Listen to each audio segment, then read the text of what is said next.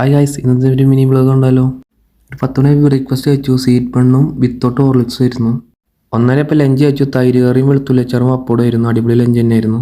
പിന്നെ ഒരു 4 മണിയായപ്പോൾ ഒരു ചായ ഒരു കളമപ്സും കഴിച്ചു. പിന്നെ ഒരു 9:30 കണക്കൊക്കെ നോക്കിയിട്ട് ഷോപ്പ് ക്ലോസ് ചെയ്തു.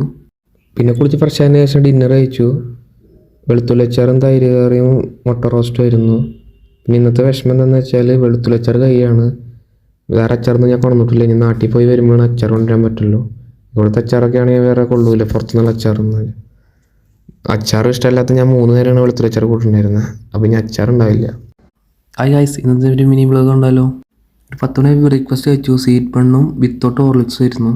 1:30 ലഞ്ച് കഴിച്ചു. തൈര് കറിയും വെളുത്തുള്ളിച്ചാറും അപ്പോഴും ആയിരുന്നു. അടിപൊളി ലഞ്ച് തന്നെയായിരുന്നു. പിന്നെ ഒരു 4 മണിയായപ്പോൾ ഒരു ചായ ഒരു കളമപ്സും കഴിച്ചു. പിന്നെ ഒരു 9:30 കണക്കൊക്കെ നോക്കിയിട്ട് ഷോപ്പ് ക്ലോസ് ചെയ്തു. പിന്നെ കുളിച്ച് ഫ്രഷ് ആയതിനു ശേഷം ഡിന്നർ കഴിച്ചു. വെളുത്തുള്ളിച്ചാറും തൈര് കറിയും മുട്ട റോസ്റ്റും ആയിരുന്നു. പിന്നെ ഇന്നത്തെ വിഷമം എന്താണെന്ന് വെച്ചാൽ വെളുത്തുള്ളിച്ചാർ കൈയാണ്.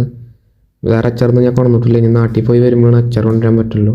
ഇവിടുത്തെ അച്ചാറൊക്കെ ആണെങ്കിൽ വേറെ കൊള്ളൂല, പുറത്തുനിന്നുള്ള അച്ചാറൊന്നും. അച്ചാർ ഇഷ്ടമല്ലാത്ത ഞാൻ 3 നേരമാണ് വെളുത്തുള്ളിച്ചാർ കൂട്ടുണ്ടായിരുന്നത്. അപ്പം ഇനി അച്ചാർ ഉണ്ടാവില്ല.